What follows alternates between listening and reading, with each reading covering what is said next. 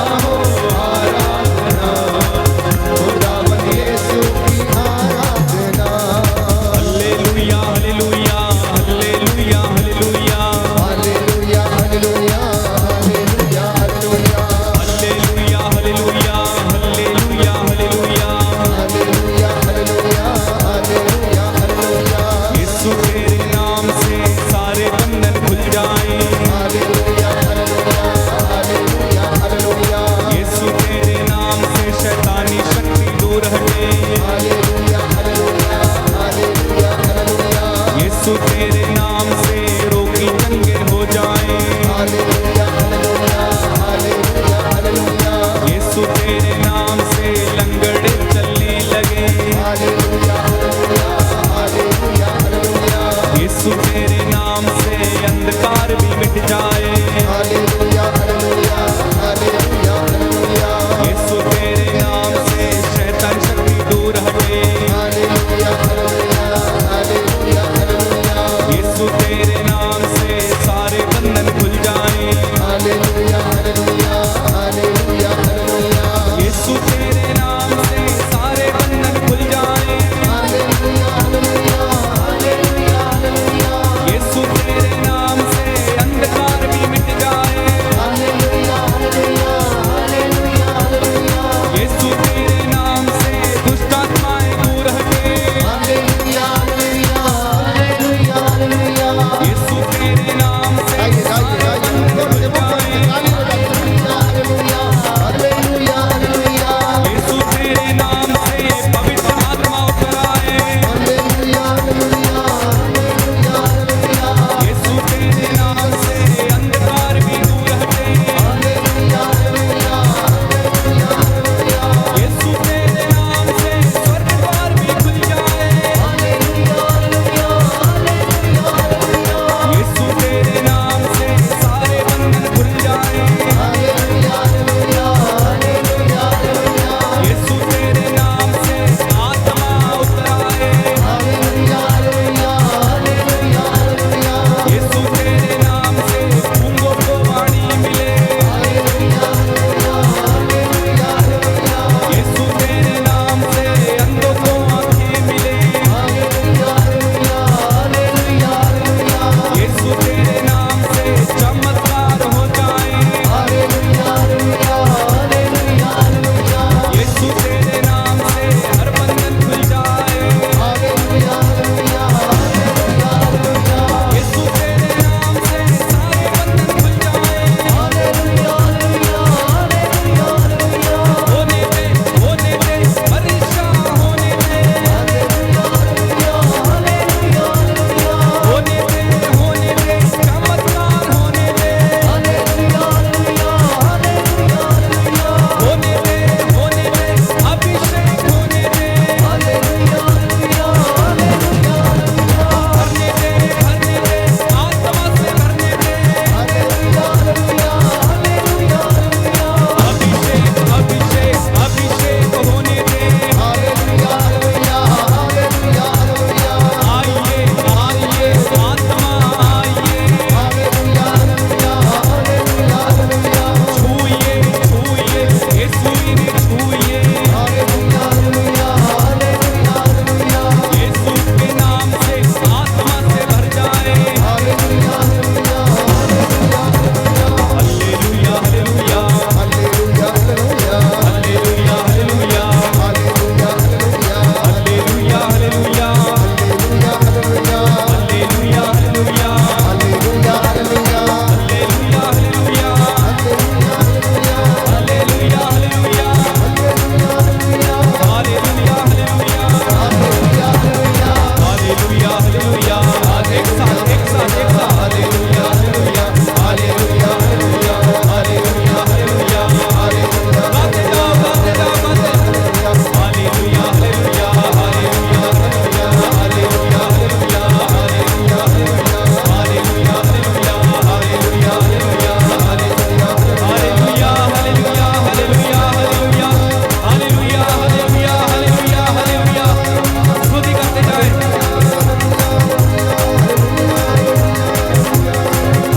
Hallelujah hallelujah hallelujah hallelujah hallelujah hallelujah. Hallelujah hallelujah hallelujah hallelujah hallelujah hallelujah hallelujah. Hallelujah hallelujah hallelujah hallelujah hallelujah hallelujah. Hallelujah hallelujah hallelujah hallelujah. Hallelujah hallelujah hallelujah hallelujah hallelujah. Hallelujah hallelujah hallelujah. धन्यवाद यीशु, धन्यवाद प्रभु। तेरी आराधना हो, स्तुति हो, महिमा हो, जय जयकार हो। अब्बा पिता, स्वर्ग द्वार खोल दीजिए। तेरी रूह की बारिश इस वक्त तेरे इन बच्चों पर, इस पवित्र भवन पर, दूर दराज से जितने भी लोग प्रभु तेरी आराधना करते हैं, इनके घरों पर तेरी आशीष बरसने दे। जो विश्वास के साथ तेरे साथ जुड़े हैं, इनके मनोरथों को पूरा कर दे। हालेलुया, हालेलुया। हम तेरी आराधना करते, तेरी महिमा गाते, तेरी जय जयकार करते हैं प्रभु यीशु। तू कफरनाहूम गलीलिया में, बेतसाइदा में और प्रभु सिदोन के प्रांतों में जहां जहां पर गया वहां पर तेरी महिमा प्रकट हुई।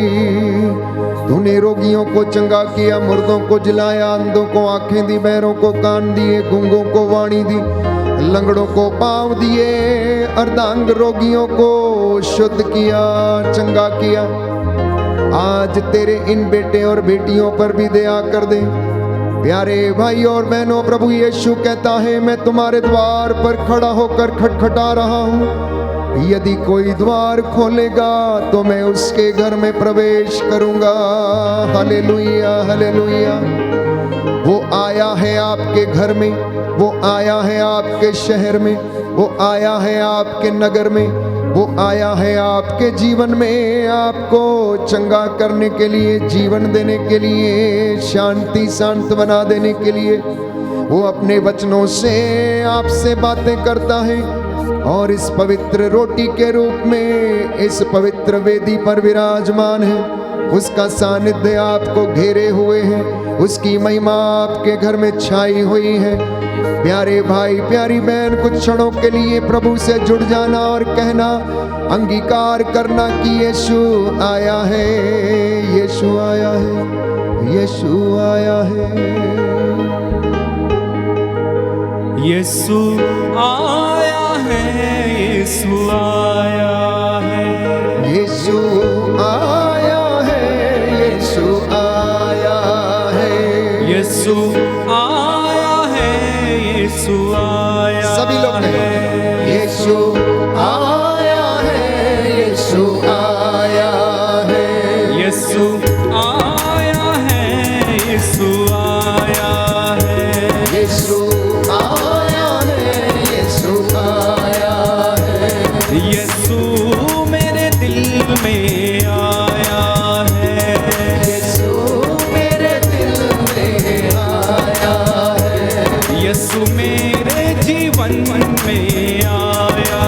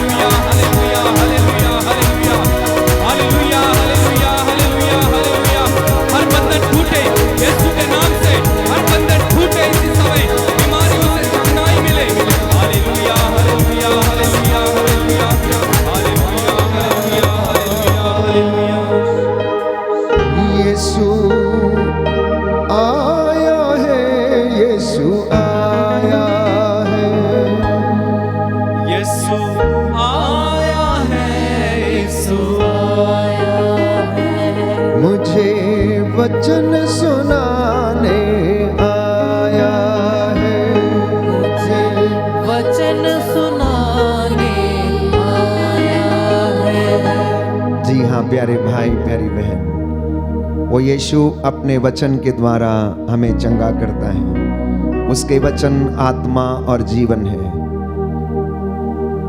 जब पवित्र आत्मा ने पेतरुस को प्रेरित किया तो उसने कहा, हे प्रभु, हम आपको छोड़कर कहाँ जाएं, क्योंकि आपके वचनों में अनंत जीवन का संदेश है। मेरे पीछे बोलिए, हे प्रभु, प्रभु आपको छोड़कर आपको छोड़कर हम कहाँ जाएं, हम कहाँ जाएं, आपके वचनों में आपके वचनों में अनंत जीवन का संदेश है। अनंत जीवन का संदेश, अनंत जीवन का संदेश है। अनंत जीवन का संदेश। Hallelujah, hallelujah, hallelujah. हालेलुया।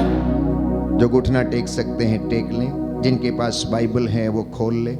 हम प्रभु की स्तुति करेंगे। स्तोत्र संख्या 147 हम दोहराएंगे। स्तोत्र संख्या 147 हम दोहराएंगे। जिनके पास बाइबल है वो खोल ले। हम प्रभु की स्तुति करें। यह पवित्र समय है। वो आदर, महिमा और सम्मान का अधिकारी है। मेरे पीछे दोहराइएगा। हालेलुया। अपने ईश्वर का भजन गाना कितना अच्छा है। हालेलुया। अपने ईश्वर का भजन गाना कितना अच्छा है। उसकी स्तुति करना कितना सुखद है। उसकी स्तुति करना कितना सुखद है। प्रभु यरूशलेम को पुनः बनवाता, प्रभु यरूशलेम को पुनः बनवाता और इजरायली निर्वासितों को एकत्र करता है। और इजरायली निर्वासितों को एकत्र करता है। वह दुखियों को दिलासा देता, वह दुखियों को दिलासा देता और उनके घावों पर पट्टी बांधता है। और उनके घावों पर पट्टी बांधता है। वह तारों की संख्या निश्चित करता है। वह तारों की संख्या निश्चित करता है। और एक एक को नाम लेकर पुकारता है। और एक एक को नाम लेकर पुकारता है। हमारा प्रभु महान है। हमारा प्रभु महान है। सर्वशक्तिमान और सर्वज्ञ है। सर्वशक्तिमान और सर्वज्ञ है। वह दीनों को संभालता, वह दीनों को संभालता और विधर्मियों को नीचे गिराता है। और विधर्मियों को नीचे गिराता है। धन्यवाद देते हुए प्रभु का गीत गाओ। धन्यवाद देते हुए प्रभु का गीत गाओ। सितार बजाते हुए प्रभु का भजन सुनाओ। सितार बजाते हुए प्रभु का भजन सुनाओ। वह आकाश को बादलों से आच्छादित करता, वह आकाश को बादलों से आच्छादित करता। पृथ्वी पर पानी बरसाता, पृथ्वी पर पानी बरसाता। और पर्वतों पर घास उगाता है। और पर्वतों पर घास उगाता है। वह पशुओं को चारा देता है। वह पशुओं को चारा देता है। और कौओं के बच्चों को भी, और कौओं के बच्चों को भी, जो उसे पुकारते हैं। जो उसे पुकारते हैं। वह योद्धाश्व की शक्ति पर प्रसन्न नहीं होता, योद्धास की शक्ति पर प्रसन्न नहीं होता। और मनुष्यों के बल को महत्व नहीं देता। और मनुष्यों के बल को महत्व नहीं देता। प्रभु श्रद्धालु भक्तों पर प्रसन्न होता है। प्रभु श्रद्धालु भक्तों पर प्रसन्न होता है। उन लोगों पर जो उसकी कृपा का भरोसा करते हैं। उन लोगों पर जो उसकी कृपा का भरोसा करते हैं। यरूशलेम प्रभु की स्तुति कर, यरूशलेम प्रभु की स्तुति कर। सियोन अपने ईश्वर का गुणगान कर। सियोन अपने ईश्वर का गुणगान कर। उसने तेरे फाटकों के अर्गल सुदृढ़ बना दिए। उसने तेरे फाटकों के अर्गल सुदृढ़ बना दिए। उसने तेरे यहाँ के बच्चों को आशीर्वाद दिया। उसने तेरे यहाँ के बच्चों को आशीर्वाद दिया। वह तेरे प्रांतों में शांति बनाए रखता। वह तेरे प्रांतों में शांति बनाए रखता। और तुझे उत्तम गेहूं से तृप्त करता है। और तुझे उत्तम गेहूं से तृप्त करता है। वह पृथ्वी को अपना आदेश देता है, वह पृथ्वी को अपना आदेश देता है। उसकी वाणी शीघ्र ही फैल जाती है, उसकी वाणी शीघ्र ही फैल जाती है। वह ऊन की तरह हिम बरसाता, वह ऊन की तरह हिम बरसाता और राख की तरह पाला गिराता है, और राख की तरह पाला गिराता है। वह ओले के कण छितराता है, वह ओले के कण छितराता है। ठंड के सामने कौन टिक सकता है, ठंड के सामने कौन टिक सकता है। वह आदेश देता है वह आदेश देता है और बर्फ पिघलती है, और बर्फ पिघलती है। वह पवन भेजता है वह पवन भेजता है और जलधाराएं बहती है, और जलधाराएं बहती है। वह याकूब को अपना आदेश देता, वह याकूब को अपना आदेश देता, और इज़राइल के लिए अपना विधान घोषित करता है, और इज़राइल के लिए अपना विधान घोषित करता है। उसने किसी अन्य राष्ट्र के लिए ऐसा नहीं किया, उसने किसी अन्य राष्ट्र के लिए ऐसा नहीं किया। उसने उनके लिए अपने नियम नहीं प्रकट किए। उसने उनके लिए अपने नियम प्रकट नहीं किए। Hallelujah, hallelujah, hallelujah. हालेलुया। बैठ जाएं, हाथों को खुला छोड़ें। दूर दराज से, देश विदेश से जितने भी लोग मेरे साथ ऑनलाइन इस प्रार्थना में जुड़े हैं, इस वक्त महसूस कीजिए कि परमेश्वर आपके बीच में है, उसकी महिमा आपके घर में छाई हुई है। दोनों हाथों को खुला छोड़िए, पवित्र आत्मा से हम प्रार्थना करें कि वो हमारी अस्पष्ट आहों के द्वारा प्रार्थना करें, हमको अनुग्रह के सिंहासन की ओर ले चले। वो पवित्र आत्मा जैसे चेलों के ऊपर उतरा, हम पर भी उतरे और हमें आशीष प्रदान करे।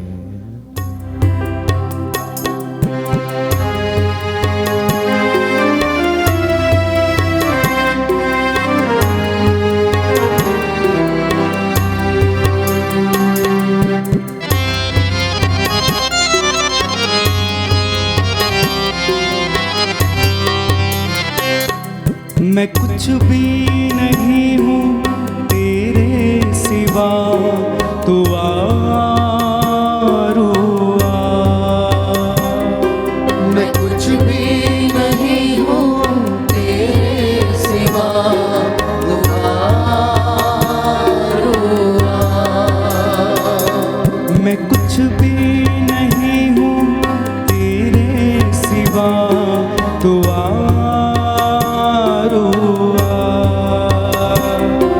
मैं कुछ भी नहीं हूँ तेरे सिवा, तू आरुआ। दे अपनी हजूरी, दे अपना मसा, तू आरुआ। दे अपनी हजूरी, दे अपना मसा, तू आरुआ। तू आरुआ,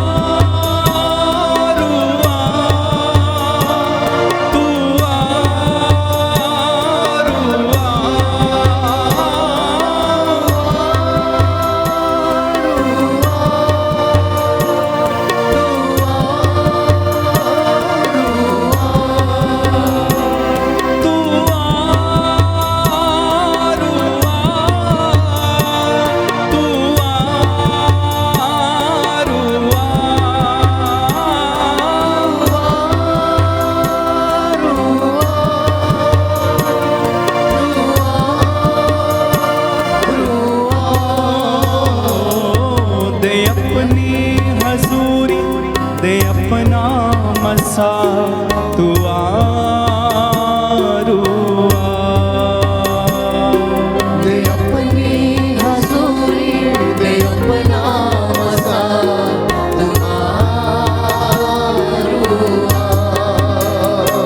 छू मुझको शिफा से, तू अपनी दया से, मुझको शिफा से, तू अपनी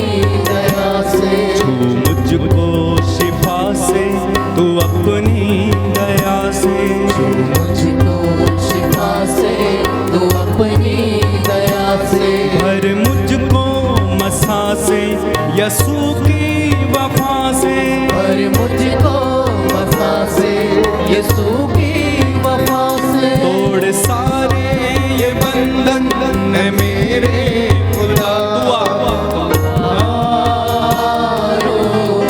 तोड़ सारे ये बंधन है मेरे खुदा। अपने हाथों को स्वर्ग की ओर उठा के गाएं, तू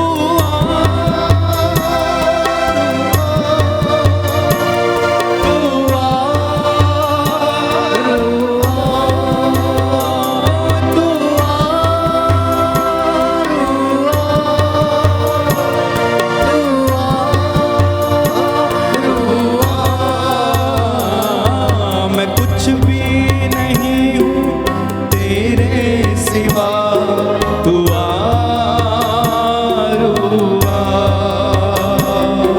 मैं कुछ भी नहीं हूँ तेरे सिवा, तू आरुआ। ऐ रूहे खुदावन, ऐ रूहे खुदा, ऐ रूहे खुदावन, ऐ रूहे खुदा। ऐ रूहे खुदावन, ऐ रूहे खुदा। ऐ रूहे खुदावन, ऐ रूहे खुदा। पर मुझ पे फजल तू, ये मेरी दुआ। मुझ पे फजल दो, ये मेरी दुआ। अरे अपनी मोहब्बत से हमको सदा तू आरुआ। अरे अपनी मोहब्बत से मुझको खुदा तू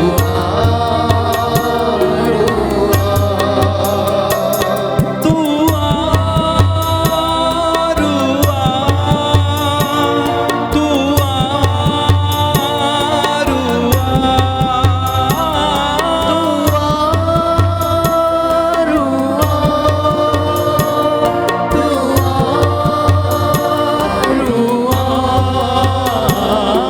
दे अपनी हजूरी, दे अपना मसा, तू आरुआ।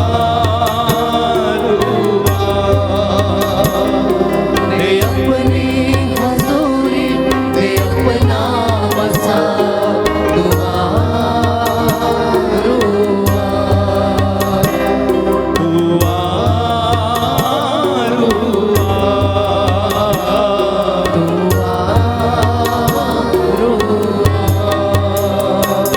तू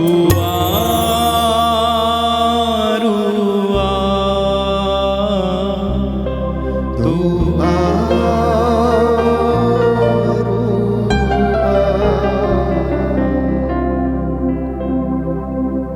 हालेलुया। हालेलुया। हे प्रभु यीशु, हे प्रभु यीशु, बोल तेरा दास सुन रहा है। बोल तेरा दास सुन रहा है। तेरा वचन कहता है, तेरा वचन कहता है, तुम्हें किसी जड़ी बूटी के लेप से तुम्हें किसी जड़ी बूटी के स्वास्थ्य लाभ नहीं मिला, स्वास्थ्य लाभ नहीं मिला, परंतु परमेश्वर के वचन ने परंतु परमेश्वर के वचन ने तुम्हें चंगा किया है। तुम्हें चंगा किया है। हालेलुया। हालेलुया। प्रभु दुखियों को दिलासा देता है प्रभु दुखियों को दिलासा और उनके घावों पर पट्टी बांधता है। और उनके घावों पर पट्टी बांधता है। उसने हमें मारा है, उसने हमें मारा, उसने हमें घायल किया है, उसने हमें घायल अब वही हमें चंगा करेगा। अब वही हमें चंगा करेगा। Hallelujah, hallelujah, hallelujah. हालेलुया।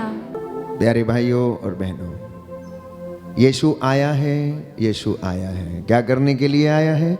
वचन सुनाने के लिए आया है। क्या करने के लिए आया है? चंगा करने के लिए आया है, जीवन देने के लिए आया है, उद्धार देने के लिए आया है। जिस जिस घर में, जिस जिस नगर में यीशु गया, जहाँ जहाँ पर उसके कदम पड़े वहाँ पर उद्धार आया, शांति आई, चंगाई आई और मुक्ति आई। प्यारे भाइयों और बहनों, क्योंकि प्रभु का स्वभाव देने का है, प्रभु का स्वभाव चंगा करने का है, प्रभु का स्वभाव प्रियजनों आशीर्वाद देने का है। इंसान कितनी भी गलती क्यों ना करे, वो कितना भी पाप में क्यों ना रहे, फिर भी उसको परमेश्वर निमंत्रण देता है। यशायाह नबी के ग्रंथ अध्याय 1 पद संख्या 18 में, आओ हम एक साथ विचार करें। देखिए उसकी दयालुता। आओ हम एक साथ विचार करें, तुम्हारे पाप सिंदूर की तरह लाल क्यों ना हो, किरमिच की तरह मटमैले क्यों ना हो, मैं उन्हें हिम के समान सफेद बना दूंगा, कहता है। क्या कहता है? मैं उन्हें हिम के समान सफेद बना दूंगा। आपके जीवन में दुख है या नहीं? कष्ट है, बीमारी है, रोग है, चिंता है, आप दुखी रहते हैं? प्रियजनों, जब हम अपने कामों से परमेश्वर को कष्ट देते हैं तो वो भी दुखी होता है, वो भी दुखी होता है। इसलिए संत पौलुस कहता है, आप लोग आत्मा की प्रेरणा का दमन ना करें। आप लोग आत्मा की प्रेरणा का दमन ना करें। हम समझने का प्रयास करेंगे पवित्र वचन से कि आखिर परमेश्वर का दुख क्या था। सबसे पहले हम पढ़ते हैं कि प्रभु का वचन यिर्मयाह नबी के ग्रंथ में यह कहता है कि मैंने तो एक सुंदर दाखबारी लगाई थी। क्या कहता है? मैंने एक सुंदर दाखबारी लगाई थी और मैंने एक सुंदर दाखलता के रूप में तुमको क्या किया था? रोपा था। अध्याय 2 यिर्मयाह नबी का ग्रंथ पद संख्या 21 और उससे आगे, मैंने तुमको श्रेष्ठ जाति की उत्तम दाखलता की तरह रोपा। कैसा रोपा? उत्तम दाखलता। तुम्हारी डालियां कैसे जंगली दाखलता में बदल गईं। यह परमेश्वर का दुख था। जैसे एक मां का दुख होता है कि मेरा बेटा बदमाश कैसे बन गया, मेरा बेटा नालायक कैसे हो सकता है। जैसे एक पिता अपने पुत्री के व्यवहार पर जो बुरा आचरण करती है दुखित होता है, या बेटे के आचरण पर दुखी होता है, परमेश्वर अपनी चुनी हुई प्रजा के लिए दुखित होता है और कहता है कि मैंने तो तुमको श्रेष्ठ जाति की तरह, उत्तम दाखलता की तरह रोपा, तुम्हारी डालियां कैसे जंगली दाखलता में बदल गईं।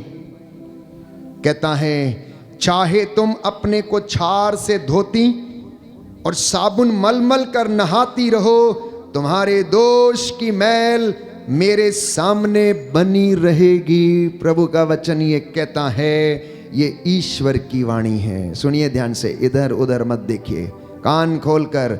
आज ये आपके उद्धार का दिन है, ये वचन आपको चंगा करेंगे।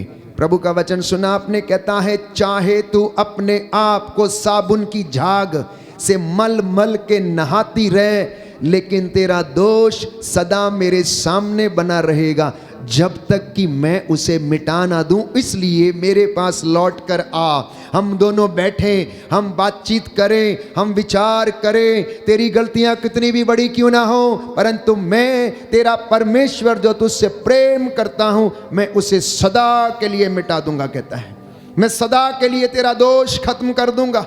40 की ये अवधि है। आप में से बहुत सारे लोग पूछते हैं, हम किन बातों के लिए प्रायश्चित करें, हम किन बातों के लिए प्रभु के पास लौटें, क्या कहें, पाप स्वीकार कैसे करें, आखिर हमने गलती क्या की है। प्यारे भाइयों और बहनों,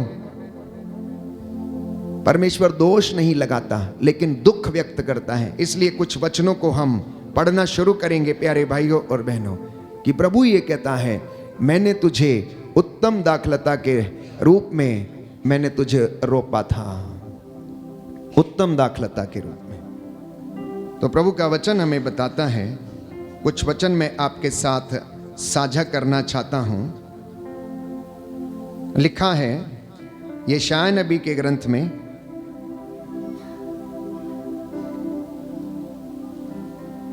अध्याय 65, यशायाह नबी का ग्रंथ अध्याय 65, मैंने उन लोगों पर अपने को प्रकट किया जो मुझसे परामर्श नहीं लेते थे, जो लोग मेरी खोज नहीं करते थे, तो मैं उन्हें नहीं मिला। क्या लिखा है? जो मुझसे परामर्श नहीं लेते थे, जो लोग मेरी खोज नहीं करते थे, तो मैं उन्हें ढूंढने पर नहीं मिला।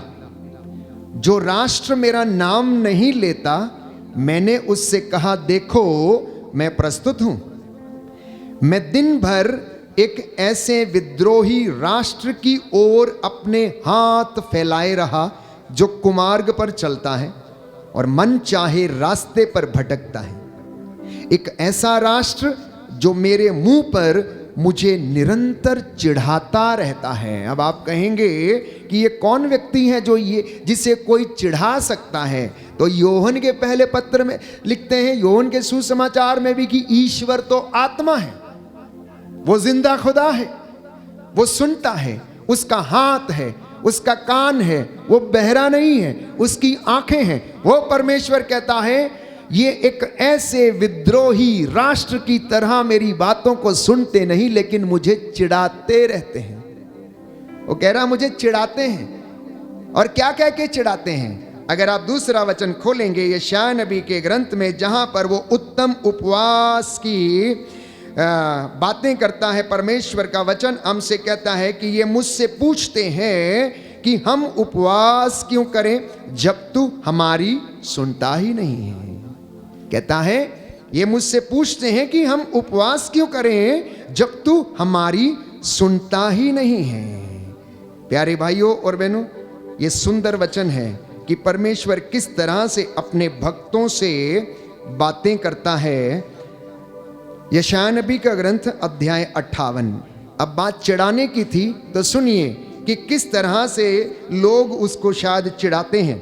लिखा है अध्याय 58 पद संख्या 3 और उससे आगे, वे कहते हैं कि हम उपवास क्यों करते हैं जब तू देखता भी नहीं, हम तपस्या क्यों करते हैं जब तू ध्यान भी नहीं देता। देखो उपवास के दिनों में तुम अपना कारोबार करते हो, प्रभु जवाब देता है, और अपने सब मजदूरों से कठोर परिश्रम लेते हो।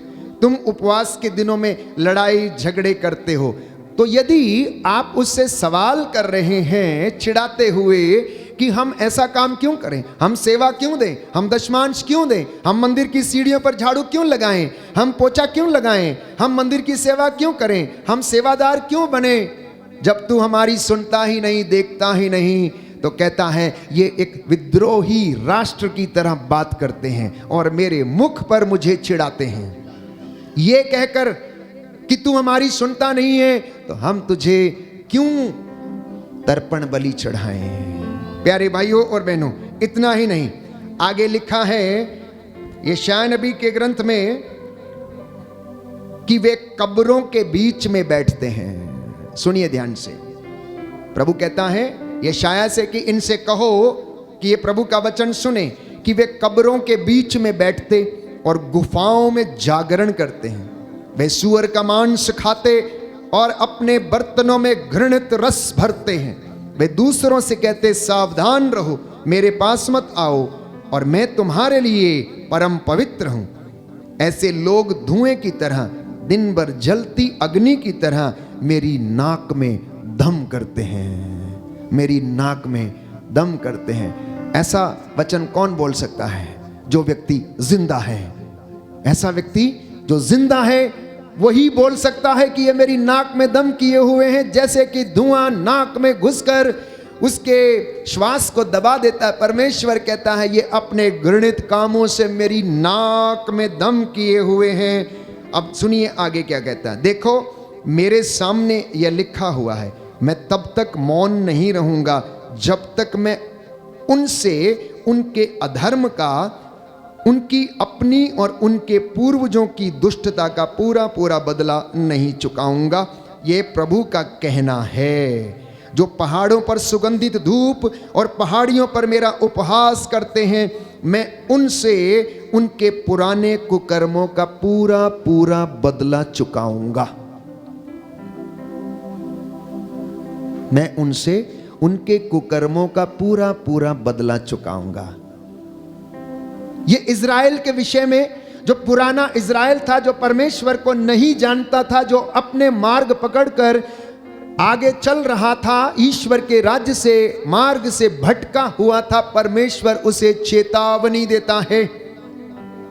और आप लोग जो ईसा मसीह को जानते हैं, जितनों ने उसे धारण किया, आप अब पुराने इज़राइल नहीं हैं, आप नई इज़राइल हैं, जिनको पवित्र किया गया है, जिनको बुलाया गया है, जिनको चुना गया है। प्यारे भाइयों और बहनों, तो अब फर्क अपने आप में जानने की कोशिश करें कि क्या आप में जो नया इज़राइल है और पुराने इज़राइल में कोई फर्क है या नहीं है, कोई फर्क है या नहीं है। मैं कई बार कहता हूं कि मसीही जीवन एक चुनाव है, एक चुनौती है जो परमेश्वर ने हमारे सामने रखी है। प्यारे भाइयों और बहनों, ये गेट के सामने से बच्चों को हटा दीजिए वहां से।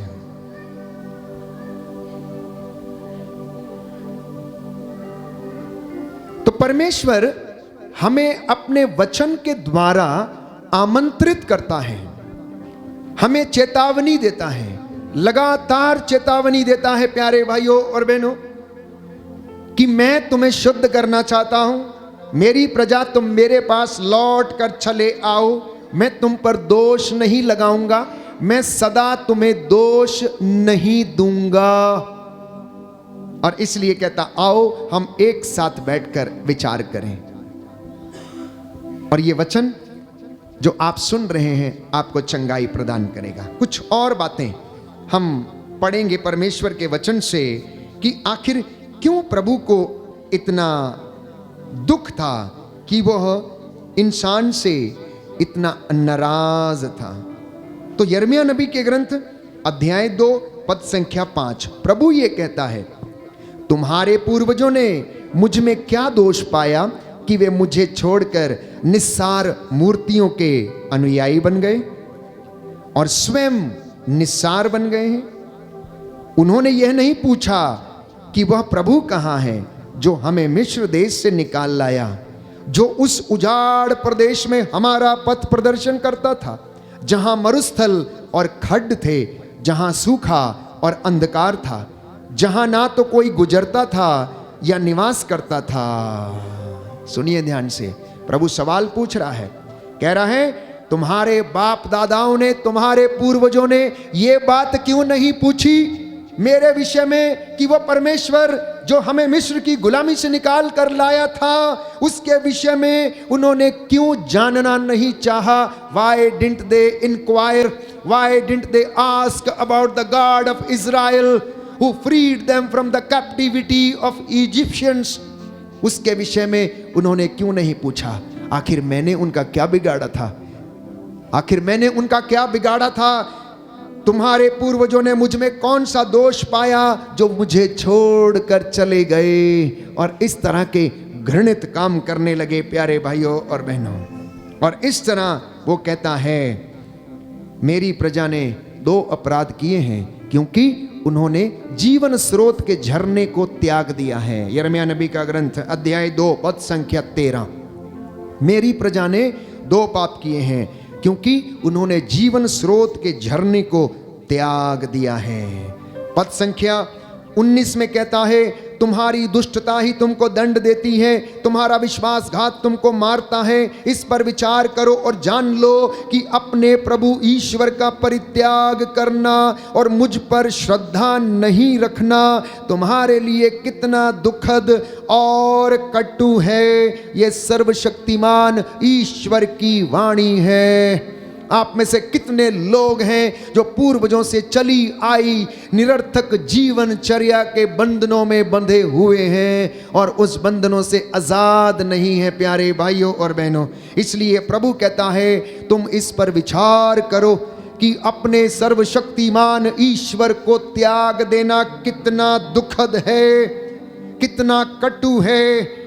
कहता है, उस पर श्रद्धा नहीं रखना तुम्हारे लिए कितना कटु है। दाहिना हाथ उठाकर इस वचन को अंगीकार करेंगे। यिर्मयाह नबी का ग्रंथ यिर्मयाह नबी का ग्रंथ अध्याय 2 पद संख्या 19। पद संख्या 19। तुम्हारी दुष्टता तुमको दंड देती है, तुमको दंड देती तुम्हारा विश्वासघात तुम्हारा विश्वास तुमको मारता है। तुमको मारता इस पर विचार करो इस पर विचार और करो जान लो और जान कि लो अपने प्रभु ईश्वर का कि अपने प्रभु ईश्वर का परित्याग करना परित्याग करना और मुझ पर श्रद्धा नहीं रखना और मुझ पर श्रद्धा नहीं रखना तुम्हारे लिए कितना दुखद और कटु है। कितना दुखद और कटु है। ये सर्वशक्तिमान यह सर्वशक्तिमान प्रभु ईश्वर की वाणी है। प्रभु ईश्वर की वाणी है। Hallelujah hallelujah hallelujah hallelujah hallelujah. Hallelujah. तो जब आदम को परमेश्वर ने गढ़ा, उसे बनाया, अपना रूप दिया और उसके शरीर में प्राण फूंक दिए, प्यारे भाइयों और बहनों, वो पवित्र था, परमेश्वर की हजूरी में रहता था,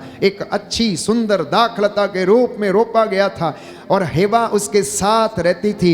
लेकिन अज्ञानता के अंधकार में पड़कर, प्रलोभन में पड़कर उन्होंने वो काम कर डाला, अपने ईश्वर को जो जीवन का स्रोत है उसे त्याग दिया। लेकिन परमेश्वर को बड़ा दुख हुआ, बहुत दुख हुआ। उसने पूछा, आदम ये तुमने क्या किया? हेवा ये तुमने क्या किया? आज जब माँ गलती करती है, आज जब पापा गलती करता है, तो प्रभु आपसे सवाल करता है, ओ आदम तूने क्या किया? ओ हेवा तूने क्या किया?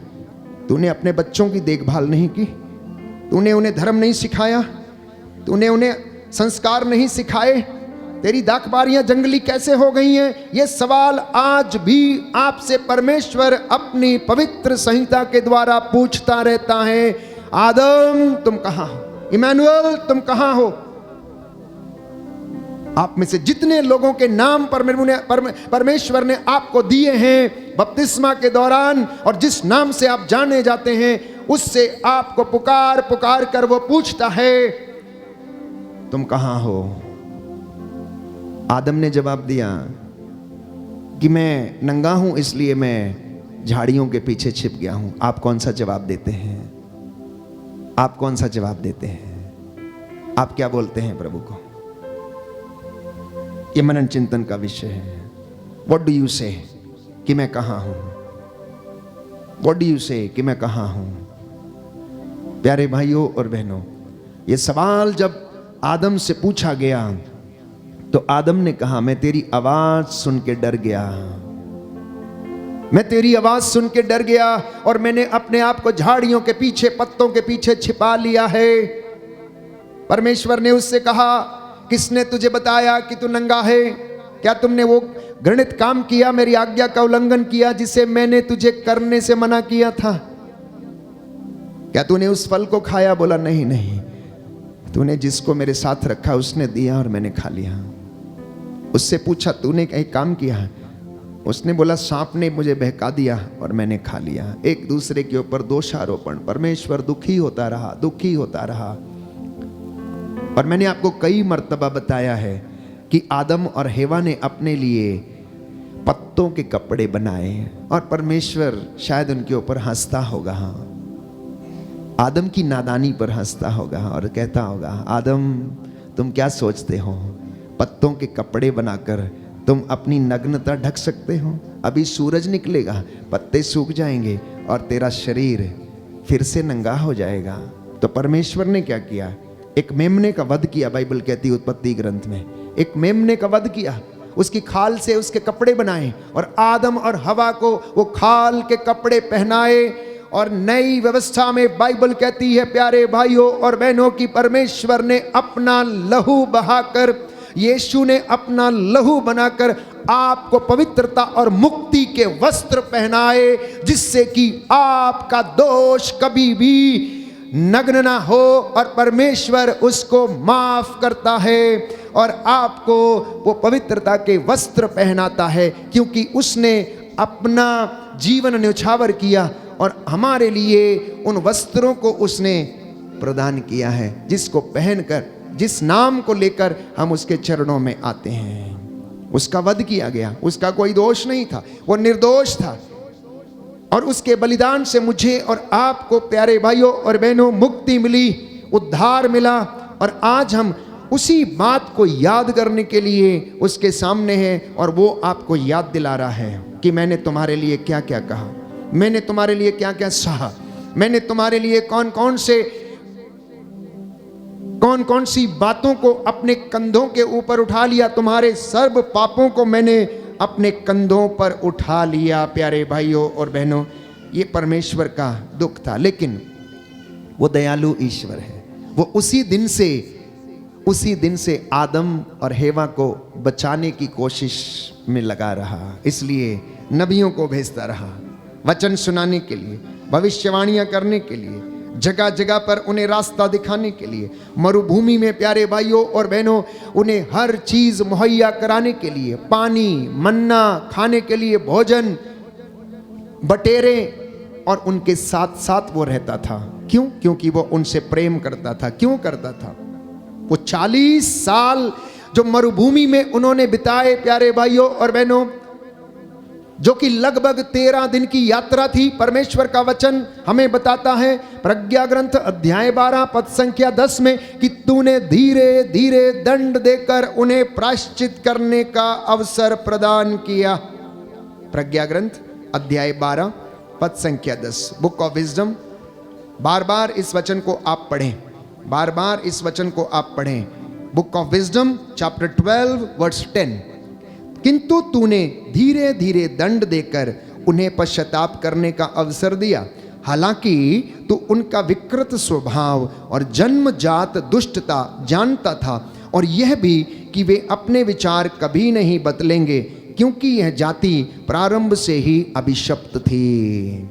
यह जाति प्रारंभ से ही अभिशप्त थी। प्रभु का वचन कहता है वो जानता था कि इनका विकृत स्वभाव कभी बदलेगा नहीं, लेकिन फिर भी वो मौका दिया, क्योंकि वो हमारे प्रति अपना प्रेम प्रकट करता है, अपनी दयालुता को हमें दिखाना चाहता है, इसलिए वो हमारे पीछे पीछे आता है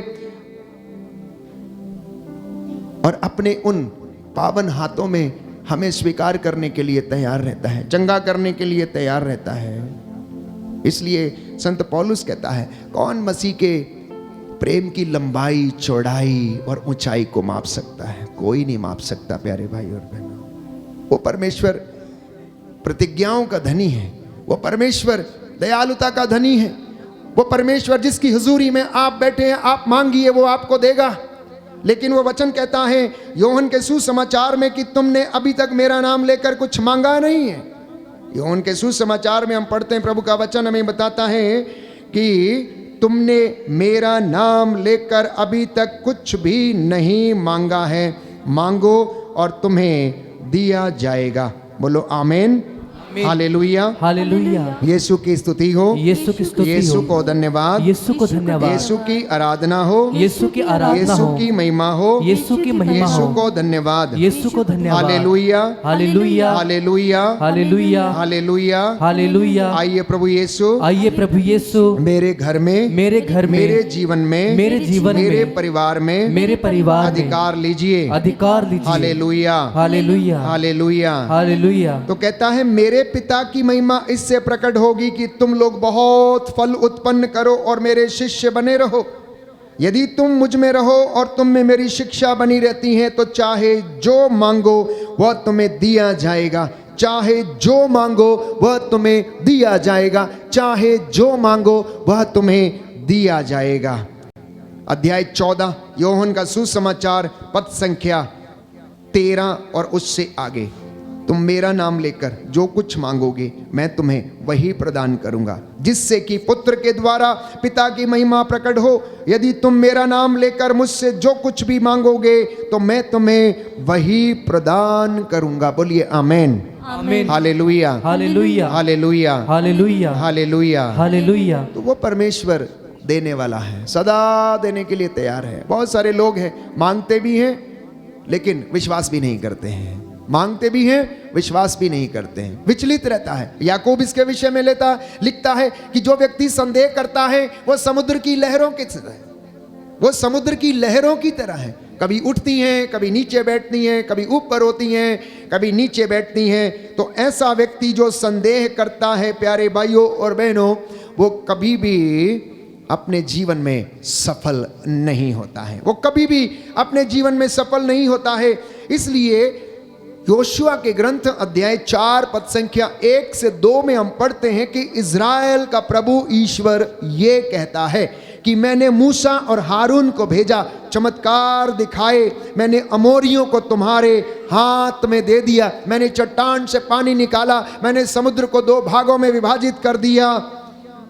अध्याय 24 पद संख्या 15 में कहता है, योशुआ कहता है कि मैं उस परमेश्वर के नाम की शपथ लेकर मैंने ये फैसला किया है कि आज से मैं और मेरा परिवार प्रभु की क्या करेंगे, सेवा करेंगे। तुम लोग डिसाइड करो कि तुम्हें क्या करना है, तुम लोग डिसाइड करो तुम्हें क्या करना। और मैंने कहा मसीही जीवन एक चुनौती है, आप लोगों के सामने है कि आप क्या करना चाहते हैं, किसे चुनना चाहते हैं। योशुआ ने कहा मैंने सेवा करने का निर्णय लिया है, आप लोग क्या करना चाहते हैं। विधि विवरण ग्रंथ अध्याय 30 पद संख्या 19 में हम पढ़ते हैं कि मूसा ने भी वही बात कही जो योशुआ अब तक लोगों से कह रहा था। अध्याय 30 विधि विवरण ग्रंथ पद संख्या 1, प्रभु कहता आशीर्वाद और अभिशाप दोनों तुम्हारे सामने हैं, किसे चुनना चाहते हो वो चुन लो। अध्याय 30 पद संख्या 15 विधि विवरण ग्रंथ, जीवन और मृत्यु, भलाई और बुराई तुम्हारे सामने रखता हूं, जिसे चुनना चाहते हो उसे तुम लोग चुन लो। ये आज का वचन है। परमेश्वर प्यारे भाइयों और बहनों अपने डरवैयों को क्या करता है, आशीष प्रदान करता है। इसलिए जब हम उसके अनुग्रह के सिंहासन के पास आते हैं तो हमें घबराने की आवश्यकता नहीं है। हालांकि वो हमारे जीवन में अनेक दोष निकाल सकता है, लेकिन कहता है मैं तुम पर दोष नहीं लगाऊंगा। मेरे बेटे मैं तुम पर दोष नहीं लगाऊंगा, मेरी बेटी मैं तुम पर दोष नहीं लगाऊंगा। मैं तुम्हारे आचरण से भली भांति परिचित हूं, मैं तुम्हारे आचरण से भली भांति परिचित हूं, परंतु मेरी एक इच्छा है कि तुम मेरे पास लौटकर चले आओ, मेरे पास लौटकर चले आओ। कई लोग सोचते हैं कि परमेश्वर का स्वभाव ऐसा है कि वो दंड नहीं देगा। प्यारे भाइयों और बहनों, पुरानी व्यवस्था में बाइबल निरंतर यही कहती है कि मैं जब तक तुम्हें दंड ना दूंगा क्या मैं छोड़ दूं तुमको। कहता नहीं, ऐसे कैसे छोड़ दूंगा। कहता ऐसे कैसे छोड़ दूंगा। मैंने मिरियम को नहीं छोड़ा, जिसने मेरे दास मूसा के ऊपर अभियोग लगाया। 7 दिन मैंने उसे तंबू से बाहर रखा और उस तंबू से परमेश्वर हट गया। बाइबल कहती है परमेश्वर हट गया, नाराज हो गया, चला गया। जिस घर में प्यारे भाइयों और बहनों उसकी इबादत नहीं, उसकी निंदा है, तो परमेश्वर उस तंबू से, उस घर से हट जाता है और वह अपने लोगों को याद दिलाता है और पूछता है। इसलिए मैंने कई वचन इस 40 के दौरान में आप लोगों के लिए पढ़े, होशिया नबी के ग्रंथ से और आमोस नबी के ग्रंथ से, कि परमेश्वर बार बार लोगों को अपने पास बुलाने के लिए क्यों ऐसा करता था। कहता है होशिया नबी का ग्रंथ अध्याय 13 पद संख्या 12, इफ्राइम के अपराधों की गठरी बांधी हुई है, उसके भंडार पापों से भरे हुए हैं। इफ्राइम के अपराधों की गठरी बांधी हुई है, उसके भंडार पापों से भरे हुए हैं। इज़राइल पद संख्या 2 अध्याय 14, होशिया नबी का ग्रंथ अध्याय 14 पद संख्या 2, इज़राइल अपने प्रभु ईश्वर के पास लौट कर चले आओ, क्योंकि तुम अपने पापों के कारण गिर गए हो।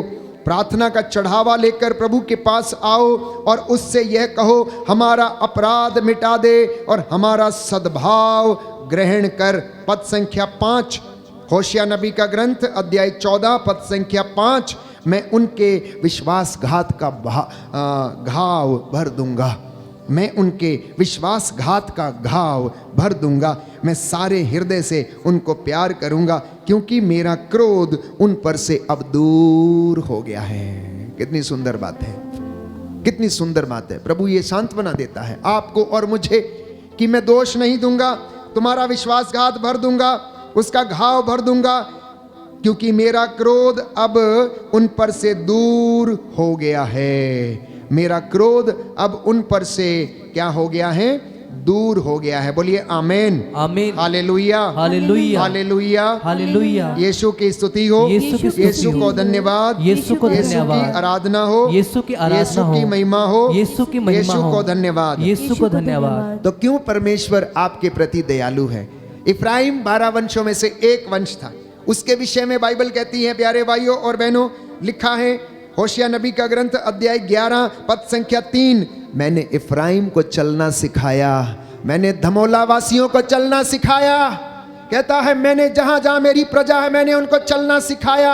आपका नाम लेकर कहता है मैंने इस घराने को चलना सिखाया। और आगे लिखा, मैंने उन्हें गोद में उठाया करता था किंतु वे नहीं समझे कि मैं उनकी देखरेख किया करता था। आपको जहां जहां पर उसने बसाया है, चाहे आप बरेली धर्म प्रांत में हो, चाहे आप धमोला में हो, चाहे आप कनाडा में हो या किसी भी स्टेट में या देश में हो, कहता है मैंने इन्हें चलना सिखाया, मैंने इन्हें अपनी गोद में उठाया। चाहे आप कलकत्ता में हो, चाहे आप असम में हो, चाहे आप गुजरात में हो, चाहे आप किसी भी जगह पर हो, जिस जिस जगह पर आप रहते हैं, परमेश्वर का वचन ये कहता है कि मैंने इफ्राइम को चलना सिखाया, मैंने उन्हें गोद में उठाया किंतु वे नहीं समझे कि मैं उनकी देखरेख करता था। मैं उन्हें दया से प्रेम की बागडोर में टहलाता था। मैं उन्हें दया तथा प्रेम की बागडोर से उन्हें टहलाता था। मतलब दया की और प्रेम की डोरी उनके हाथ में दी और उनको पकड़ पकड़ कर मैं आगे चलता था और उन्हें साथ में लेकर चलता था, परंतु ये लोग नहीं समझे। अगला वचन यदि आप पढ़ेंगे, जिस तरह कोई बच्चे को उठाकर गले लगाता है उसी तरह मैं भी उनके साथ व्यवहार करता था। मैं झुककर उन्हें भोजन दिया करता था, जैसे एक माँ अपने बच्चों को भोजन देती है। उनको मिस्र में लौट जाना पड़ेगा अगर वो मेरी बात नहीं मानेंगे। मेरी प्रजा मेरे विरुद्ध विद्रोह करने को तुली हुई है, इसलिए उसे जुए की सजा दी जाएगी जिसे कोई भी खोल नहीं सकेगा। इफ्राइम, मैं तुम्हें कैसे त्याग दूं? इज़राइल, मैं तुम्हें कैसे शत्रुओं के हाथों में सौंप दूं? मैं तुम्हें अदमा के समान कैसे राख में मिला दूं? मैं तुम्हें सबोईम के समान कैसे भस्म कर दूं? मेरा हृदय यह नहीं मानता, मुझ में दया उमड़ आती है। मैं अपना क्रोध भड़कने नहीं दूंगा। मैं फिर इफ्राइम का विनाश नहीं करूंगा, क्योंकि मैं मनुष्य नहीं, मैं ईश्वर हूं, कहता है। इसलिए मैं तेरा सर्वनाश नहीं करूंगा। चाहे तू कितने पाप कर ले, चाहे तू कितने तंत्र मंत्र कर ले, लेकिन मेरी दया तेरे प्रति उमड़ आएगी। लेकिन इंसान समझता नहीं है। विपत्ति पीछा करती है, याद रखिए। बुढ़ापे में भी आपका पीछा करेगी। आपका पैर टूट जाएगा, आपकी रीढ़ की हड्डी टूट जाएगी, प्यारे भाई और बहनों, और आपको वो बिस्तर के ऊपर डाल देगा, आपको सिखाने के लिए कि मैंने तेरे ऊपर इतनी दया की थी, लेकिन तुम मेरी बात नहीं समझा, तुम मेरी बात नहीं समझी, तेरा घाव भरूंगा जरूर। ये मेरे वचन नहीं, बाइबल के वचन हैं। प्यारे भाइयों और बहनों, प्रभु ने होशिया नबी के द्वारा इस बात को कहा कि तू मेरी बात नहीं मानता था। इफ्राइम, तेरे पापों की गठरी बांधी हुई है। इज़राइल, तेरे पापों की गठरी बांधी हुई है, मेरे सामने है, तेरा दोष मेरे सामने है, लेकिन मैं तुझे कैसे त्याग दूं?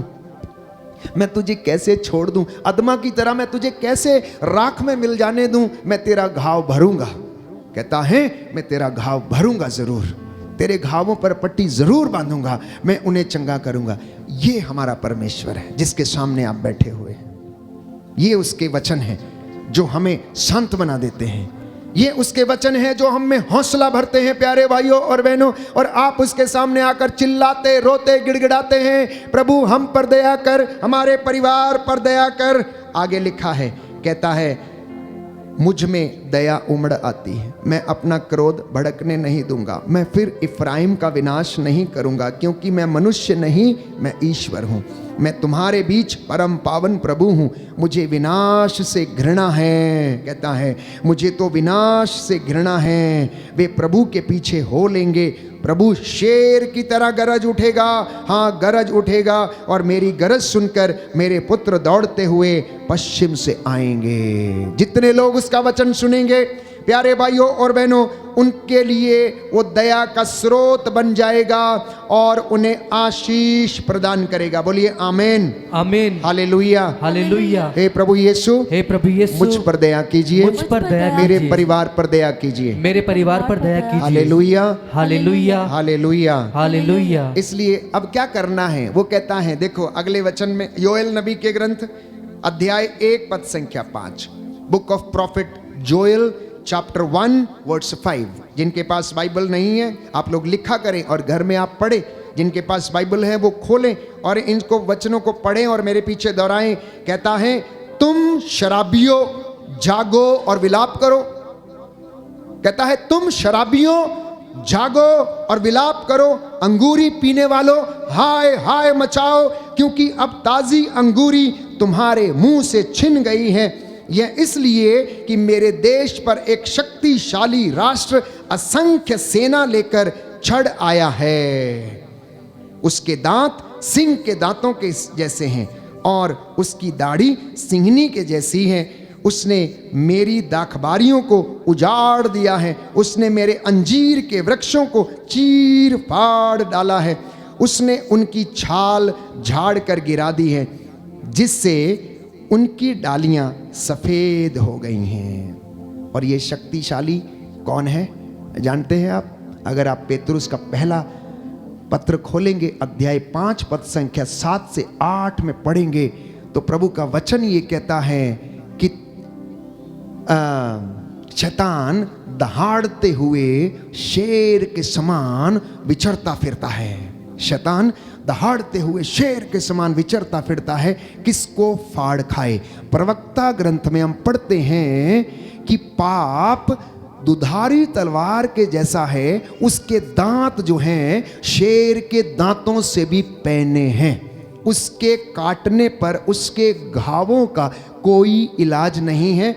और योएल नबी के ग्रंथ में प्रभु ये कह रहा, अब ये व्यक्ति जो शक्तिशाली होने का दावा करता और है, वो क्या करता है? मेरे बच्चों के ऊपर, मेरे राष्ट्र के ऊपर चढ़ाई करने के लिए आ गया है, नष्ट करने के लिए आ गया है। लिखा है यह इसलिए कि मेरे देश पर एक शक्तिशाली राष्ट्र असंख्य सेना लेकर चढ़ आया है और उसके दांत सिंह के दांतों के समान है, और वो काटेंगे और मेरी प्रजा का विनाश करेंगे। इसलिए तुम शराबियों विलाप करो, जागो, अभी भी समय है, लौट कर चले आओ, मैं तुम्हें क्षमा कर दूंगा और मैं तुम्हारे घावों को भर दूंगा। बोलिए आमीन आमीन। Hallelujah hallelujah. Hallelujah hallelujah. Hallelujah. Hallelujah. क्यों बुलाता था उनको, इजराइलियों को, इफ्राइम को, मनस्से को क्यों बुलाया? मनस्से ने भी वही घृणित पाप किया जो उसके पूर्वजों ने किया, उसके पिता ने किया। तो लिखा है आमोस नबी के ग्रंथ अध्याय 3 पद संख्या 10, प्रभु ये कहता है कि उनको सदाचार नहीं आता है। क्या नहीं आता? उनको सदाचार नहीं आता है। वे तो अपने गढ़ों में हिंसा और हराम की कमाई जमा करते हैं। सुना आपने? इनको सदाचार करना नहीं आता बोलता, क्योंकि ये अपने गढ़ों में हिंसा की कमाई और हराम की कमाई जमा करते हैं। इसलिए प्रभु ईश्वर ये कहता है, शत्रु देश को घेर कर तेरा वैभव छिन्न भिन्न कर देगा। इसलिए दंपतियों, माता पिता, अपने घर के पुरोहितों, अपने घर के नबियों, आप अपने घर की रक्षा करें, क्योंकि बाइबल ये कहती है, प्रभु ईश्वर ये कहता है, शत्रु देश को घेर लेगा, शत्रु देश को घेर लेगा और उसका वैभव छिन्न भिन्न कर देगा और तेरे गढ़ों को वो लूट लेगा, तेरे गढ़ों को वो लूट लेगा। अब भी तुम्हारे पास समय है, तुम मेरे पास लौट कर चले आओ। तो 40 की इस अवधि में ये पवित्र समय है प्यारे भाइयों और बहनों, प्रभु के पास लौट कर उसकी दया और उसकी पवित्रता को अनुभव करने का।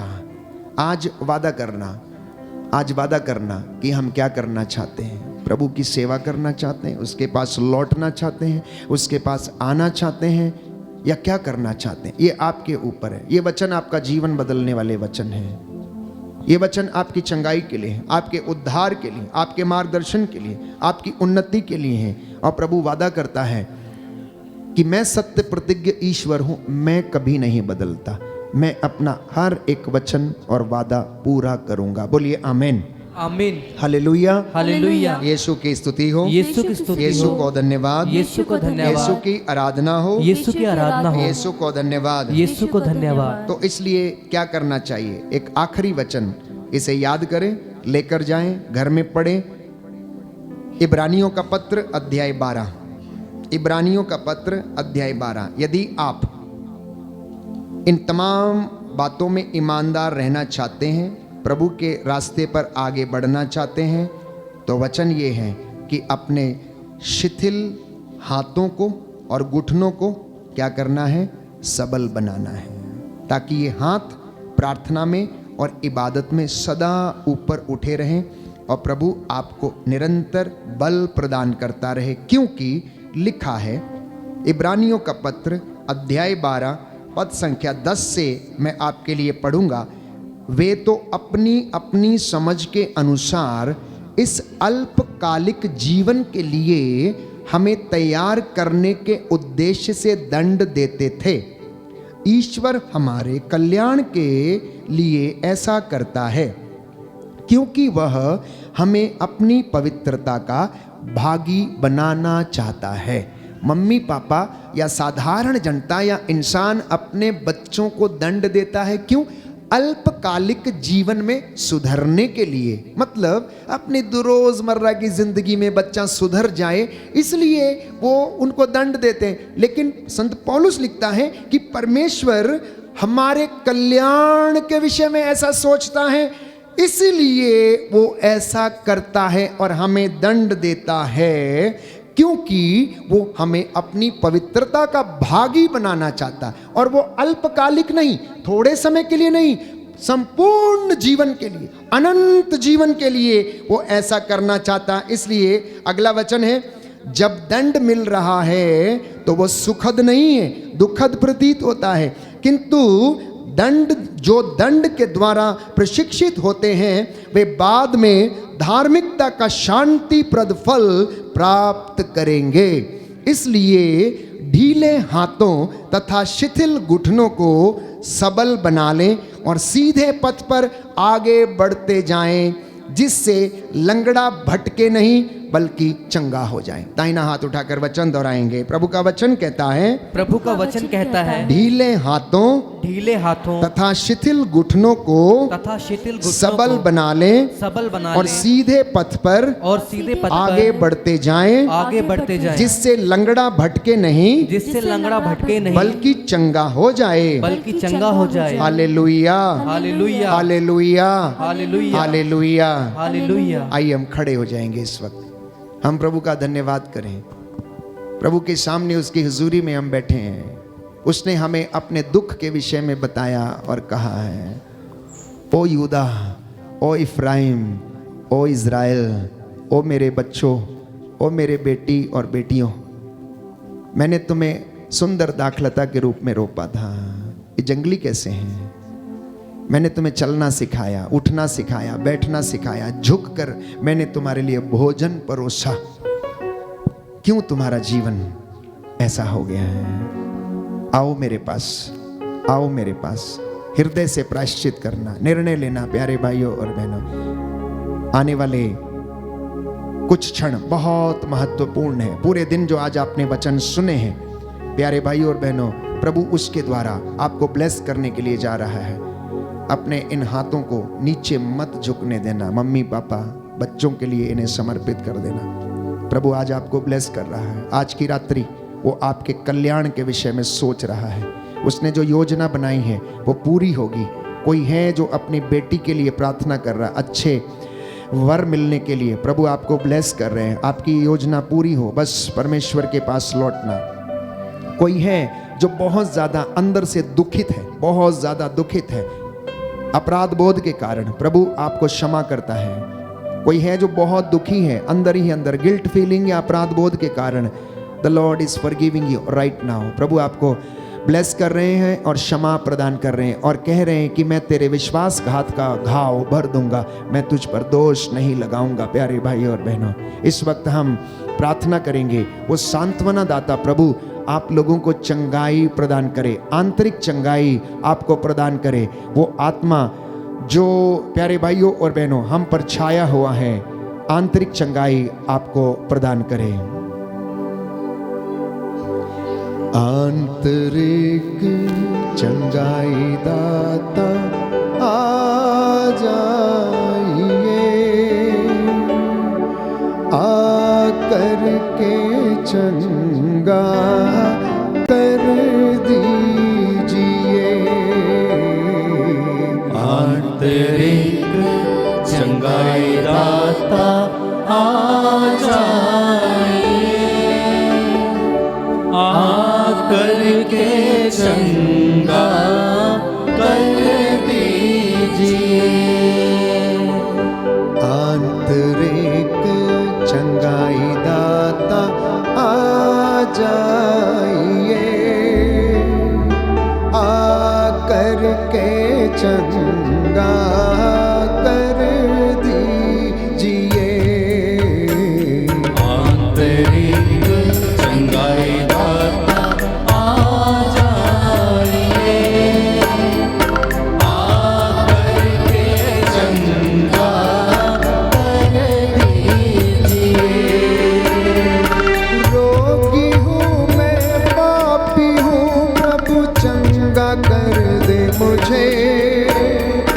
रोगी हूँ मैं, पापी हूँ, प्रभु चंगा कर दे मुझे, चंगा कर दे मुझे प्रभु जी, चंगा कर दे मुझे, चंगा कर दे मुझे प्रभु जी, चंगा कर दे मुझे।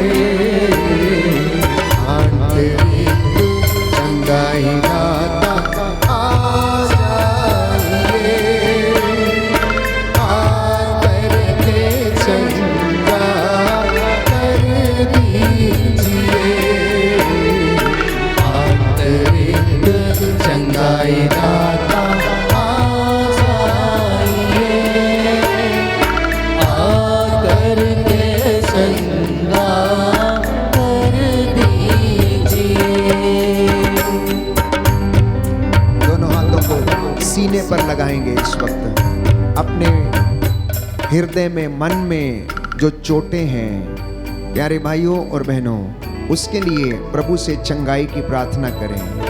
आपके शरीर में कोई कमी है, कोई घटी है, कोई बीमारी है, प्रभु से प्रार्थना करें और वो आपको सांत्वना प्रदान करेगा, आपके दुखों को वो हल्का करेगा। आंतरिक चंगाई दाता आ जाइए, आकर के चंगा कर दीजिए। आंतरिक चंगाई दाता आ जाइए, आकर के चंगा कर दीजिए।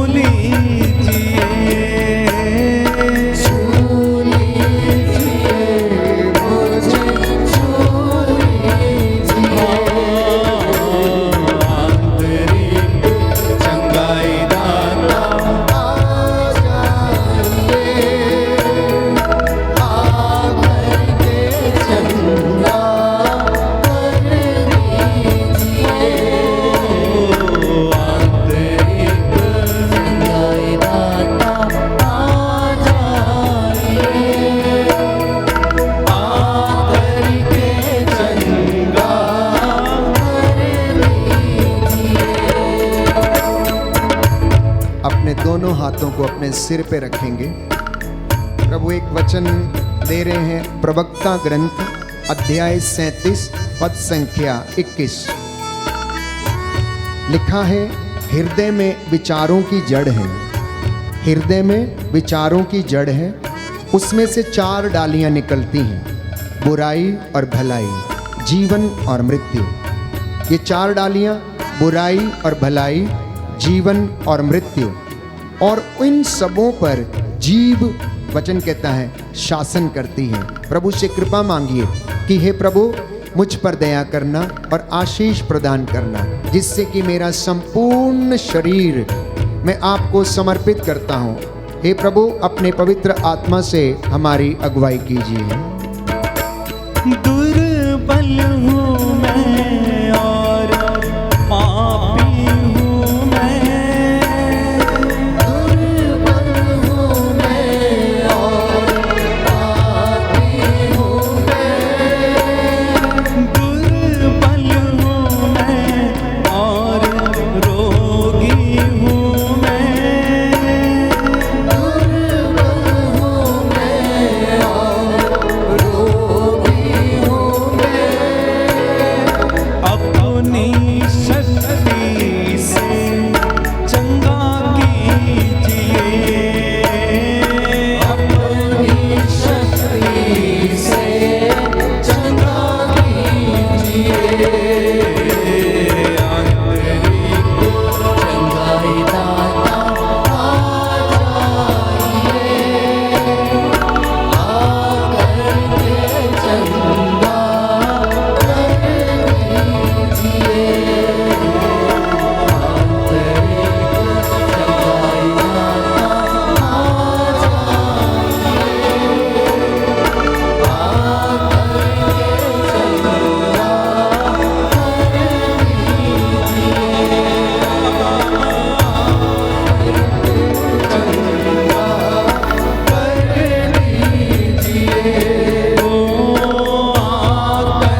के चंगा कर दीजिए। चंगाई दाता आ जाइए, आकर के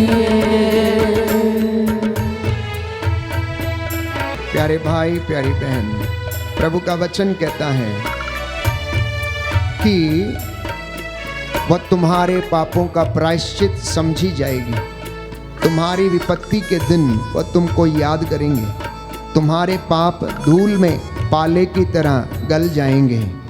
तुम्हारे पाप, प्रभु कहता है, धूप में पाले की तरह गल जाएंगे। अब मैं इन पर दोष नहीं लगाऊंगा। प्यारे भाइयों और बहनों, प्रभु हमारे सामने है, एक एक व्यक्ति को वो स्पर्श कर रहा है, चंगाई प्रदान कर रहा है। प्रभु कहता है, तुम लोग क्षमा कर दो और तुम्हें भी क्षमा कर दिया जाएगा। The lord is healing you right now. वो आपको चंगाई प्रदान कर रहे हैं। तेरी शरण में आया प्रभु, तेरी शरण में आया प्रभु, देने को कुछ भी ना लाया प्रभु, देने को कुछ भी ना लाया प्रभु। मुझ पापी को ग्रहण कीजिए, मुझ पापी को ग्रहण कीजिए। चंगाई दाता आ जाइए, आकर के चंगा कर दीजिए। आंतरिक चंगाई दाता आ जाइए, आकर के चंगा कर दीजिए। आकर के चंगा कर दीजिए। याद कीजिए कि एक स्त्री जो रक्तस्राव से पीड़ित थी, उसने अपने मन में ये सोचा कि यदि मैं इस व्यक्ति के कपड़े का पल्ला भी छू लूंगी तो मैं चंगी हो जाऊंगी। भीड़ को चीरते हुए वो यीशु के नजदीक गई और विश्वास के साथ उसने उसके कपड़े का पल्ला छू लिया। यीशु ने महसूस किया कि उसके भीतर से शक्ति निकली है और उन्होंने कहा, किसने मुझे छुआ? किसने मुझे छुआ? चेलों ने कहा, गुरुवर आप देखते ही हैं कि भीड़ आपके ऊपर गिरी पड़ती है और आप कहते हैं किसने मुझे छुआ? उन्होंने कहा, नहीं, किसी ने मुझे ऐसा छुआ है, किसी ने मुझे ऐसा छुआ है कि बड़े विश्वास के साथ उसने मुझे छुआ है। प्यारे भाइयों और बहनों, जब आप उसे छूते हैं तो विश्वास करके उसे छूते हैं और वो आपको चंगा करता है। लेकिन जब यीशु आपको छूता है तो वो तरस खाकर आपको छूता है, क्योंकि वो आपको चंगा करना चाहता है। बेथसाइदा के कुंड पर पड़ा हुआ व्यक्ति जो 38 वर्षों से बीमार था, यीशु ने उसके ऊपर तरस खाया और उसको चंगाई दे दी, क्योंकि उसने कहा, प्रभु मेरा कोई नहीं, प्रभु मेरा कोई नहीं है। जो स्वर्गदूत जब इस कुंड में पानी को हिलाता है तो कोई उसमें मुझे उतार दे, क्योंकि मेरे वहां पहुंचने से पहले ही कोई दूसरा व्यक्ति वहां पर उतर आता है। आप अपनी बीमारी से चंगे हो गए तो यीशु ने आपको तरस खाकर चंगा कर दिया है। याद कीजिए, इसलिए उसका एक भी वरदान कभी मत भुलाना। यदि आप बीमार पड़े थे, मरने को थे और चौखट पर आप अपनी चारपाई पर पड़े हुए थे, और आज यदि आप अच्छे भले हैं, चंगे हैं, हॉस्पिटल से वापस आ गए, तो यीशु ने आप पर तरस खाकर आपको चंगा कर दिया है। हो सकता है आपने विश्वास ना किया हो, लेकिन यीशु ने आप पर तरस खाकर आपको चंगा किया है, क्योंकि लिखा है प्रज्ञा ग्रंथ अध्याय 11 पद संख्या 23, book of wisdom chapter 11 verse 23, तू सबों पर दया करता है क्योंकि तू सर्वशक्तिमान है। तू मनुष्य के पापों को इसलिए अनदेखा करता है कि वह पश्चाताप करे, कि वह पश्चाताप करे। अध्याय 12 पद संख्या 13, तुझे छोड़कर और कोई ईश्वर नहीं, तुझे छोड़कर और कोई ईश्वर नहीं। तू ही समस्त सृष्टि की रक्षा करता है, तू ही समस्त सृष्टि की रक्षा करता है। ये आवश्यक नहीं कि तू किसी को इसका प्रमाण दे कि तेरे निर्णय सही हैं, तू तो सर्वशक्तिमान है। घुटनों पर आए प्यारे भाइयों और बहनों, घुटनों पर आ जाएं, दया की भीख मांगे। ये पवित्र समय है प्यारे भाइयों और बहनों। आप में से बहुत सारे लोगों को उसने छुआ है, चंगा किया है। आप में से बहुत सारे लोगों को उसने छुआ और चंगा किया है। उसकी दया असीम है, उसका प्रेम अपार है, उसके प्रेम की गहराई, लंबाई और चौड़ाई कोई नहीं जानता। प्यारे भाइयों और बहनों, आपको छूने का उसका अंदाज निराला है। वो आपको कहीं भी, किसी भी परिस्थिति में, किसी भी जगह पर अपनी योजना के मुताबिक चंगा करता है, ले चलता, चलाता है, उठाता है और आपको संभाले रखता है। विश्वास करना, right now He is going to do miracle in your life. Only if you believe and harden not your heart, the Lord will bless you this moment. अपना हृदय कठोर मत करना, उसके सामने विनम्र बनना और उसके वचन को स्वीकार करना। पर्वत प्रवचन मत्ती का सुसमाचार अध्याय 5 पद संख्या 7 और उससे आगे उसने कहा, धन्य है वे जो हृदय के दीनहीन हैं, विनम्र हैं, वे प्रतिज्ञात देश प्राप्त करेंगे। धन्य है वे जो मेल मिलाप कराते हैं, स्वर्ग राज्य उन्हीं का है। धन्य है वे जो अपने को छोटा मानता है, स्वर्ग में बड़ा बनाया जाएगा। प्यारे भाई, प्यारी बहन, इस वक्त परमेश्वर आपको ब्लेस कर रहा है। जहां भी आप इस वक्त हैं, आप परमेश्वर की हजूरी में पूरी पवित्रता, श्रद्धा और भक्ति के साथ खड़े हो जाएं। उत्साह के जूते पहनकर, आत्मा की तलवार ईश्वर का वचन, विश्वास की ढाल लिए, मुक्ति का टोप पहनकर आप उसके सामने आप खड़े रहें। वो आपको ब्लेस करेगा, एक एक व्यक्ति के बंधनों को तोड़ेगा। आज आपके घरों को वो ब्लेस कर रहा है। इसलिए मैं आपके लिए प्रार्थना करूंगा कि प्रभु के वचन आपकी जिंदगी में पूरे हो जाएं। दया करने वाले, चंगा करने वाले यीशु राजा, तेरी इस प्रजा पर दया दृष्टि डाल। हे प्रभु, तो इंसान के पापों से दुखी हो जाता है, जब ये तुझसे दूर चले जाते हैं तो प्रभु तेरा हृदय दुख से भर जाता है। तू इन्हें वापस लाने के लिए निरंतर प्रयासरत रहता और वचनों के द्वारा इन्हें चेतावनी देता है। धीरे धीरे दंड देकर इन्हें सुधारता है और अपनी ओर आकर्षित करता है, जिससे कि ये पवित्र बने और तेरे स्वर्ग राज्य में तेरे साथ तेरी महिमा के दर्शन कर सके। मैं तेरा अयोग्य सेवक प्रभु यीशु इस वक्त तेरी हुजूरी में उपस्थित होकर मूसा के जैसे तेरे नबियों के जैसे हाथों को उठाता हूँ, प्रायश्चित करता हूँ, मध्यस्थता करता हूँ तेरे इन बेटे और बेटियों के लिए। इन पर दया कीजिए, इनके पापों को क्षमा कर दे, इनके दुखों को हल्का कर, इनके आटा गूंदने की परात को आशीष दे। इनके पूर्वजों से चली आई निरर्थक जीवनचर्या से इन्हें आजाद कीजिए। तेरे वचन आत्मा और जीवन है प्रभु यीशु। आज इन वचनों के द्वारा हमारे जीवन में 100 गुना फल लाए। हम प्रायश्चित करें और हमारा प्रायश्चित प्रभु उचित फल उत्पन्न करें। आत्मा के वरदानों से और फलों से हमें भर दे। 40 की इस तपस्या काल की इस अवधि में हमारे मन, आत्मा, हृदयों को, शरीरों को शुद्ध कर, पवित्र कर, जिससे हम तेरी दया और हुजूरी में बने रहें। आज की रात्रि हम पर तेरा आशीर्वाद उतरे, हम ये प्रार्थना करते हैं। तेरा वादा है, मार्ग, सत्य और जीवन में हूँ, मुझसे होकर गए बिना कोई पिता के पास नहीं आ सकता है। हे प्रभु यीशु, हम पर दया कर और हमारे रास्तों में हमारा पथ प्रदर्शन कर।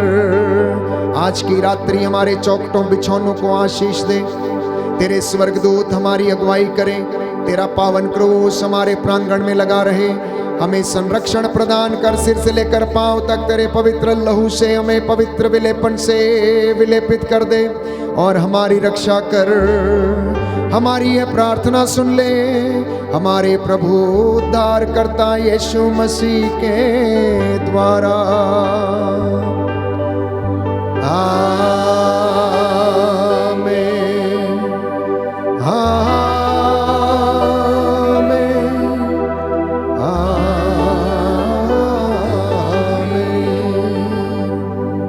पवित्र परम प्रसाद की आराधना हो, स्तुति हो, महिमा हो सदा सर्वदा। एक साथ पवित्र परम प्रसाद की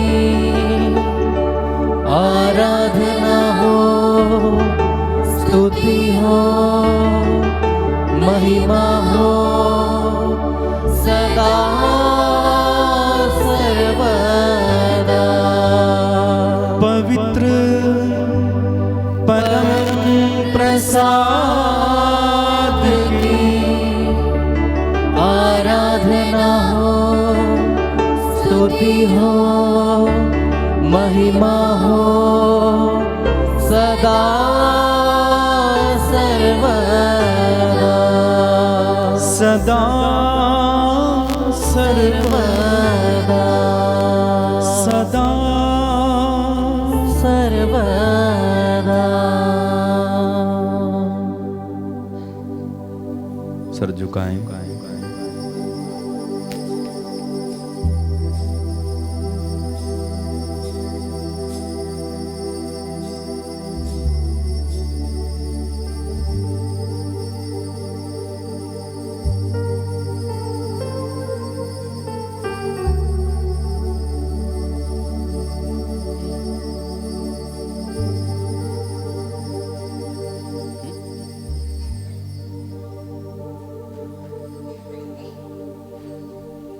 जोरदार तालियां बजाएं, प्रभु को धन्यवाद।